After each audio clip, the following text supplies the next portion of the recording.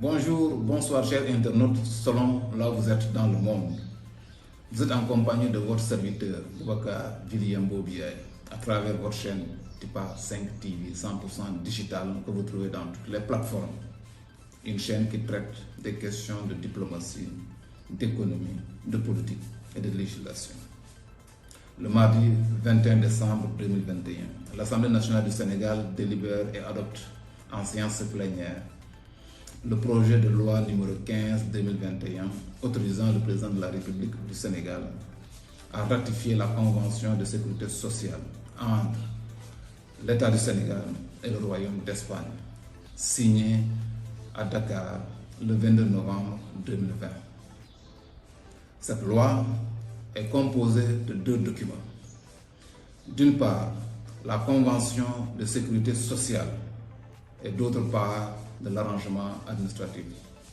La convention de sécurité sociale est composée de 38 articles, alors que l'arrangement administratif contient 17 articles.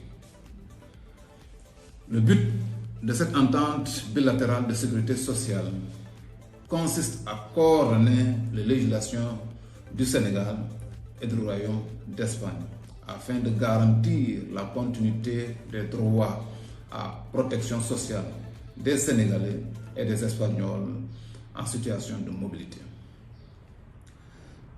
Le Sénégal et l'Espagne conservent chacun, en ce qui le concerne, son régime de sécurité sociale. Cependant, un certain nombre de règles seront imposées dans certains domaines, notamment aux prestations contributives, c'est-à-dire aux cotisations contributives du système de sécurité sociale pour les risques d'incapacité permanente résultant d'accidents de travail ou d'une maladie professionnelle, de retraite ou de décès survivants pour le Sénégal et pour l'Espagne. Ensuite, pour les classes passives, concernant la pension ordinaire de retraite en faveur des membres de la famille. Les classes passives constitue un régime juridique en Espagne qui s'applique seulement aux travailleurs de l'État après la retraite ou le décès. Il peut s'appliquer aussi à certains agents, fonctionnaires des entités qui n'appartiennent pas à l'État et aux organes constitutionnels.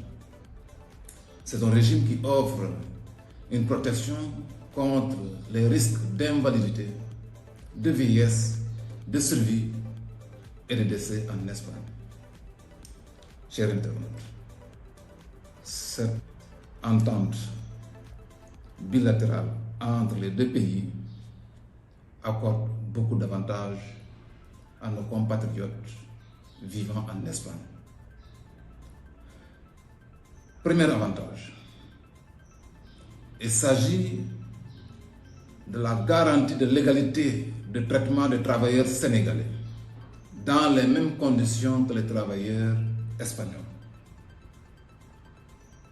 Deuxième avantage, la Convention soutient la totalisation des périodes d'assurance des travailleurs sénégalais, notamment en tenant compte des périodes d'activité accomplies en Espagne lors du calcul de la pension de retraite.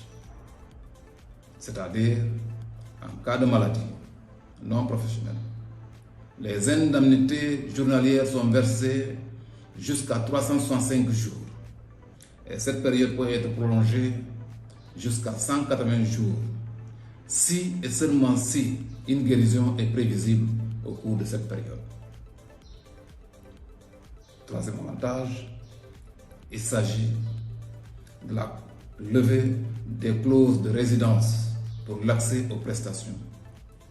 C'est-à-dire que le travailleur sénégalais conserve la totalité des droits que lui offre la loi espagnole en cas de maladie ou de retraite ou de transfert de résidence.